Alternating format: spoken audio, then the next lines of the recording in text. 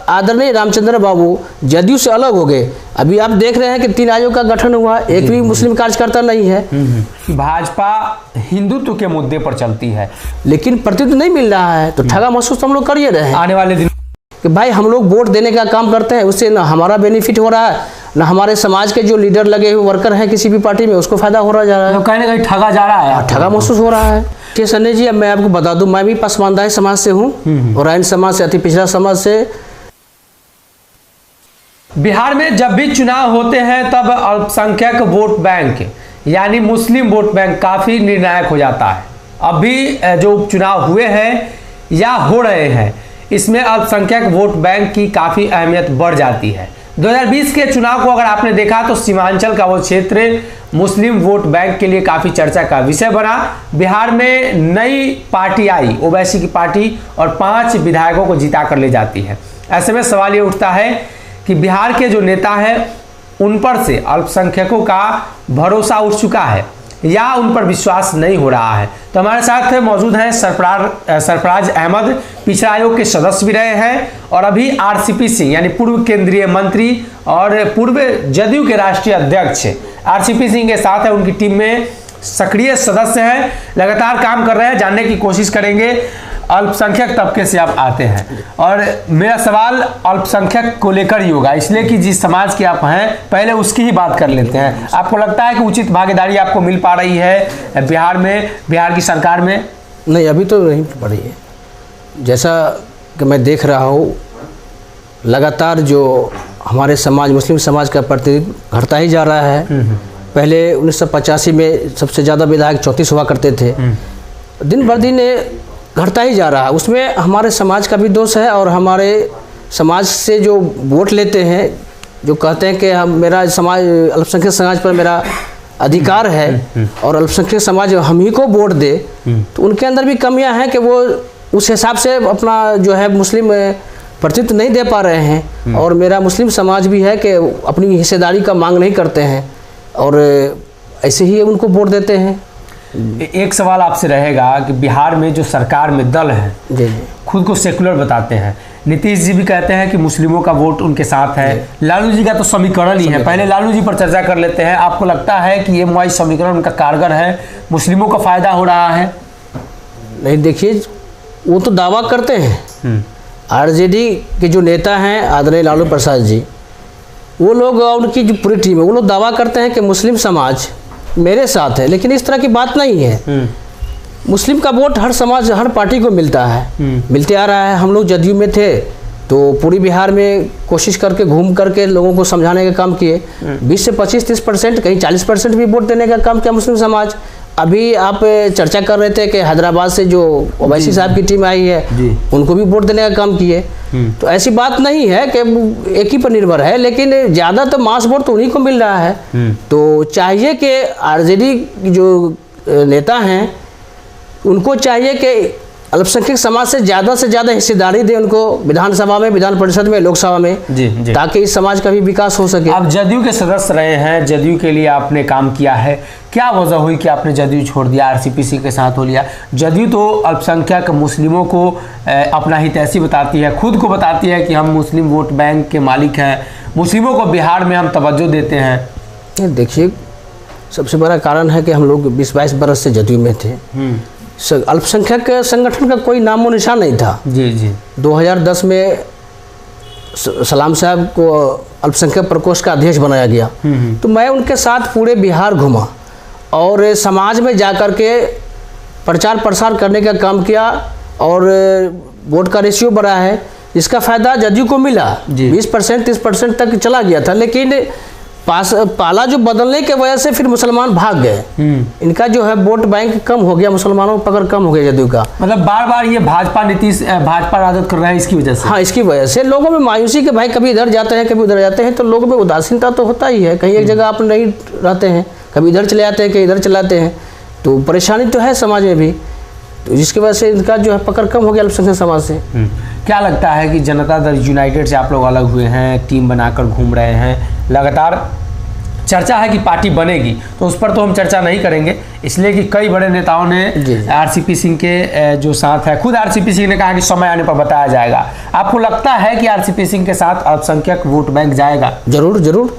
आप को बता दूं कि जब रामचंद्र बाबू जदयू में थे तो ज़्यादा उनका फोकस अति पिछड़ा समाज, अल्पसंख्यक समाज, महादलित समाज पे रहा है।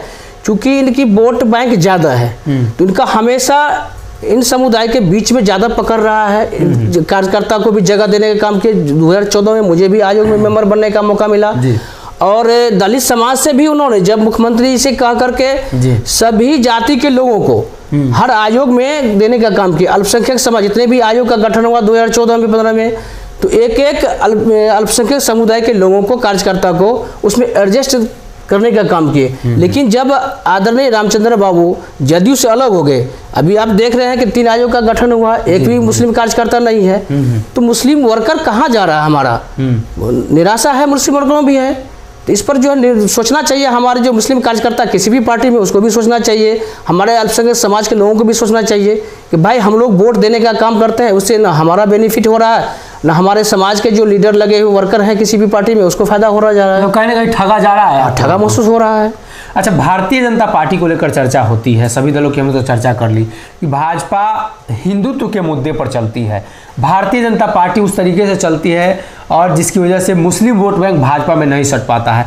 क्या आपको लगता है कि इस तरह का वातावरण सच में है या थोड़ा बहुत है या परसेप्शन बनाया गया है? नहीं, ये परसेप्शन है, इस तरह की कोई बात नहीं है। हम लोग देखते हैं, हम पॉलिटिशियन हैं तो हम लोग हर तरह के हर पहलू पे बात करते हैं, लेकिन इस तरह की कोई बात नहीं है। मुसलमान कई जगह देखते हैं कि उत्तर प्रदेश में भी देने का काम किए, गुजरात में भी देते हैं, बिहार में भी कहीं मुसलमान देते हैं। और जदयू और क्या कहते हैं कि बीजेपी का जो गठबंधन था, तो जदयू को जो मास वोट 30% 25% जो मुसलमान समुदाय का वोट मिला, तो बीजेपी को ना फायदा हुआ, गठबंधन में तो फायदा उसको भी हुआ। शाहनवाज साहब को तो उप मुख्यमंत्री बनाने की भी बात चल रही थी। पसमानदा मुसलमान को लेकर लगातार चर्चा अभी हो रही है, भाजपा सम्मेलन कराने जा रही है। क्या लगता है आपको कि राजद जदयू जिस बात पर जिक्र करती है कि पसमानदा मुसलमान हमारे पक्ष में है, भाजपा कार्यक्रम करा रही है, आपको क्या लग रहा है, इसमें राजनीतिक हो रही है या भाजपा सच में उनके लिए सोच रही है कुछ? देखिए सन्नी जी, अब मैं आपको बता दूं, मैं भी पसमानदा समाज से हूँ और रैन समाज से, अति पिछड़ा समाज से। और इससे पहले रैन बिरादरी के लोगों को एक भी टिकट नहीं दिया गया, किसी पार्टी ने टिकट नहीं दिया जी, ना जदयू ना आरजेडी। बीजेपी के मान लीजिए कि वो तो अभी नहीं दे रहे हैं, क्योंकि हम लोग सट नहीं रहे हैं। सबसे बड़ा कारण है हम कहीं जाएंगे तब तो कोई हमको देगा, हम उस पार्टी में जाते नहीं तो हमको क्या देगा? बिना मांगे तो जाने कहीं किसी के लिए काम कीजिएगा, किसी लिए कुछ किया तभी ना देगा। जहां हम लोग जिसको वोट कर रहे हैं, आरजेडी को वोट कर रहे हैं, कांग्रेस को वोट कर रहे हैं, या जदयू को वोट कर रहे हैं, या लोजपा को वोट कर रहे हैं, और अदर पार्टी बीजेपी के अलावा जो भी पार्टियां हैं सबको वोट कर रहा है मुस्लिम समाज। लेकिन अति पिछड़ा समाज से आने के बाद भी जो रैन समाज है ठगा महसूस हो रहा है। एक भी नहीं दिया है कहीं से टिकट किसी पार्टी ने। तो चूंकि बिहार में 1 नंबर की आबादी है रैनवादी की, जिसको दूसरी भाषा में कुजरा कहते हैं, तो आबादी तो बहुत ज़्यादा है लेकिन प्रतिनिधित्व नहीं मिल रहा है, तो ठगा महसूस तो हम लोग कर ही रहे हैं। आने वाले दिनों में आप लोग अपना दल बनाएंगे या गठबंधन करेंगे, जो कुछ भी हो, आपको लगता है कि आपको आरसीपी सिंह के द्वारा तवज्जो मिलेगा बिहार में, आपके समाज के हित में वो काम करेंगे? जी बिल्कुल सही बात है कि आरसीपी बाबू से मेरा बहुत पुराना संबंध रहा है जदयू में, और उनके नज़दीक रह के मैं उनके विचारों को मैंने देखा हूँ। उनका विचार बहुत सुलझा हुआ विचार है, वो हर जाति कम्युनिटी को लेकर चलते हैं। अगर इनको नेतृत्व करने का बिहार में मौका मिलेगा तो अवश्य ही जो अति पिछड़ा समाज मुस्लिम में है, खास करके रैन बिरादरी, अंसारी बिरादरी जो या मंसूरी बिरादरी के लोग हैं जिसकी ज़्यादा आबादी है, तो उनकी ज़्यादा भागीदारी रहेगी इनके नेतृत्व में सरकार में।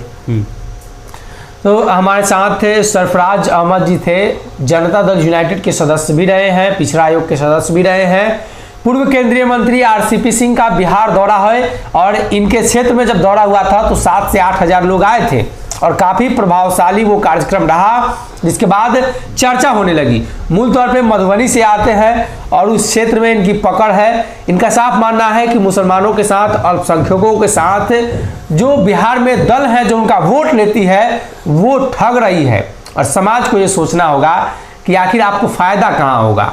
उन लोगों के साथ लंबे समय से हैं, ना तो आयोग में आपको जगह मिल रहा है, ना ही आपकी विधानसभा, विधान परिषद और लोकसभा में उचित भागीदारी मिल रही है। और ऐसे में आरसीपी टीम के साथ जुड़े हुए हैं, ये लगातार उनके लिए काम कर रहे हैं। भरोसा है कि आने वाले दिनों में आरसीपी सिंह इन सभी लोगों को एक उचित स्थान देंगे।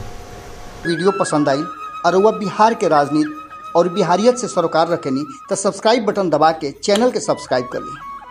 ओजे एगो घंटी बा, ओकरा बटन दबा देला से कुल सटीक और मारक खबर रुआ मुफ्त में मिल जाई। अगर रुआ पत्रकारिता के हमनी के नया प्रयोग में सहयोग कर चाहतानी तो ज्वाइन बटन दबा दी। पेटीएम नंबर नोट कर ली 9386816700। धन्यवाद।